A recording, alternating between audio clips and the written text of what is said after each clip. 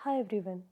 हमारा ब्रेन जागते हुए तो एक्टिव होता ही है, पर क्या आपको पता है कि सोते वक्त ब्रेन में क्या क्या एक्टिविटीज़ होती हैं? आज हम सिर्फ एक ही इमेज से हमारी सारी स्लीप के स्टेजेस समझेंगे। स्टेज वन, ये वो स्टेज है जब आप सोने जा रहे होते हैं, मतलब आपकी नींद की पहली स्टेज। अब इस स्टेज में जो वेव्स देखने को मिलती हैं वो है थीटा वेव्स। अब इस स्टेज के अंदर जो सबसे इम्पॉर्टेंट चीज़ है वो ये, एक तो है हिप्नोगॉगिक हेलुसिनेशन और होता है हिप्निक जग्स। अब हिप्नोगॉगिक हेलुसिनेशन क्या होते हैं? जैसे कि आमतौर पर आप लोगों के साथ आप सबने ये एक्सपीरियंस किया होगा। ये तब होता है जैसे मान लो कि आप सो रहे हो और आपको लगता है कि कोई अचानक से आया या किसी की आवाज़ आई या आपने किसी को देखा या कोई बात कर रहा है या कोई कमरे में आपके आया, ठीक है? तो ये क्या है, जब हम सोने जा रहे होते हैं तो ये हेलुसिनेशंस हमें होते हैं, मतलब भ्रम हम इसे कहते हैं। और होते हैं हिप्निक जग्स। हिप्निक जग्स भी आप सबने एक्सपीरियंस किया होगा। जब हम सोते हैं और हमें एकदम से सपना आता है कि हम कहीं से गिर गए या फिर किसी बिल्डिंग से गिर गए, तो उसे बोलते हैं हिप्निक जग्स। तो वो स्टेज वन में बहुत कॉमन होता है। फिर आती है स्टेज टू, जिसे N2 भी बोलते हैं। इस स्टेज टू में आपको देखने को मिलेगी कि हमारे ब्रेन में जो वेव्स होती हैं वो होती हैं थीटा वेव्स। अब स्टेज वन और स्टेज टू में क्या डिफरेंस है? स्टेज वन में हम अल्फ़ा वेव्स से शिफ्ट होते हैं थीटा वेव्स की तरफ, लेकिन स्टेज टू में हमारी पूरी थीटा वेव्स रहती हैं। अब इसके अंदर जो दो इम्पॉर्टेंट चीज़ हैं वो है स्लीप स्पिंडल्स एंड के कॉम्प्लेक्सेस। बेसिकली ये वेव होती हैं, ठीक है? जैसे स्लीप स्पिंडल्स में लिखा है कि एक क्यूब बर्स्ट की तरह होता है और के कॉम्प्लेक्स एक लार्ज सिंगल वेव होती है। बेसिकली ये होती है ताकि हमारी मेमोरी और हमारी लर्निंग में ये हमें हेल्प करती हैं। फिर आती है stage three and stage four, जिसे कंबाइन करके बोलते हैं N3। अब इस स्टेज में स्टेज थ्री और स्टेज फोर में बस बेसिक ये डिफरेंस होता है कि स्टेज थ्री के अंदर डेल्टा वेव्स रहती हैं और 50% हमारी थीटा वेव्स रहती हैं, और स्टेज 4 में 100% डेल्टा वेव्स होती हैं।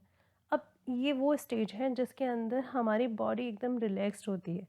रिलैक्स्ड का मतलब क्या है कि जो हमारी हार्ट रेट है वो एकदम स्लो होती है, हमारी ब्रीदिंग रेट बहुत कम होती है, हमारी ब्रेन एक्टिविटी बहुत कम रहती है इस स्टेज में, और इसलिए इसको बोलते हैं डीप स्लीप वेव, जिसे हम आम तौर पे बोलते हैं कि घोड़े बेचकर सोना। तो ये बेसिकली जो N3 स्टेज है हमारी, वो वही वाली स्टेज है जब हमारी बॉडी एकदम से रिलैक्स्ड है और हम रेस्ट करते हैं। फिर आती है हमारी लास्ट में रैम स्टेज। अब ये रैम का मतलब क्या है? RAM means rapid eye movement. Rapid eye movement मतलब जहाँ पर हमारी जो आई है वो बहुत रैपिडली मूवमेंट कर रही है। अब यहाँ पर अगर हम ब्रेन एक्टिविटी की बात करें तो यहाँ पर हमारा ब्रेन एक्टिव इतना ही रहता है जितना जब हम जगे रहते हैं उस टाइम होता है। तो यहाँ पर हम अगर वेव्स की बात करें तो जनरली बीटा वेव्स के लिए बोलते हैं कि बीटा वेव्स हमारे यहाँ पर जो ब्रेन वेव्स होती हैं वो बीटा वेव्स जैसी होती हैं। अब यहाँ पर क्या होता है इस स्टेज में, जो सबसे इम्पॉर्टेंट चीज़ है वो है ड्रीम्स, कि जो हमारे ड्रीम्स होते हैं वो हमें इसी स्टेज में आते हैं। और अगर हम इसमें और भी चीज़ें बात करें तो बेसिकली ये वो स्टेज है, कभी आपने देखा है कि आपको ऐसा लगता है कि आपकी बॉडी मूव करना चाह रही है लेकिन आप कर नहीं पा रहे, या आप जगे हुए हो लेकिन तो भी आप मूव नहीं कर पाते हो, अपनी बॉडी को हिला नहीं पाते हो, ठीक है? तो इस स्टेज में हमें देखने को मिलता है कि हमारी जो बॉडी है वो पैरालाइज्ड होती है, ठीक है? वो क्यों होती है? ताकि जो आपके ड्रीम है वो आप परफॉर्म नहीं करने लग जाए। अगर हमारी बॉडी इस स्टेज में पैरालाइज़ नहीं होगी, तो जो भी हम ड्रीम देख रहे हैं, वो कहीं न कहीं हम परफ़ॉर्म करने लग जाएँगे, हम बैठेंगे, हम उठेंगे, ठीक है? तो इसीलिए ये होता है और इसके लिए इसको हम पैराडॉक्सिकल स्लीप भी कहते हैं। अब ये जो लास्ट में मैंने लिखा है 1 2 3 4 3 2 रैम 2 3 2 रैम 2 3 2, ये कोई गाना नहीं है, लेकिन ये बेसिकली मैंने आपको ये बताया है कि ये स्टेज में हम ऐसा नहीं है कि हम सोए और डायरेक्ट हम रैम स्टेज में चले गए एंड देन रैम स्टेज से हम फोर्थ स्टेज में नहीं। सबसे पहले हम फर्स्ट स्टेज में जाते हैं, देन 2 3 4, देन उसके बाद हम अचानक से वन इस फर्स्ट स्टेज में नहीं आते, फिर हम वापस से डिक्रीजिंग ऑर्डर में आते हैं, लाइक 4 3 2।